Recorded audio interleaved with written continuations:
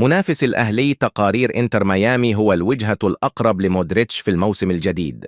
منافس الأهلي تقارير إنتر ميامي هو الوجهة الأقرب لمودريتش في الموسم الجديد. مودريتش.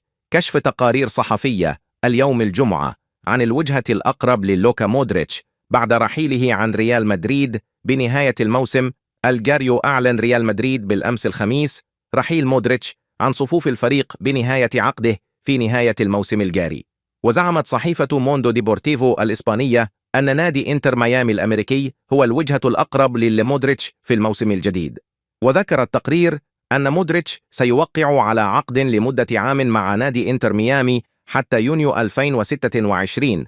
ليونيل ميسي قائد إنتر ميامي هو من طلب التعاقد مع مودريتش بحسب ما نشرته صحيفة موندو ديبورتيفو. وأشار التقرير إلى أن رغبة إنتر ميامي لم تكن وليدة الساعات الأخيرة، بل أن الأمر يعود إلى العام الماضي، لكن اللاعب الكرواتي جدد عقده وقتها مع ريال مدريد. ويرحل مودريتش عن ريال مدريد بعدما قضى 13 عاما في صفوف الفريق كواحد من أكثر اللاعبين مشاركة في تاريخ النادي.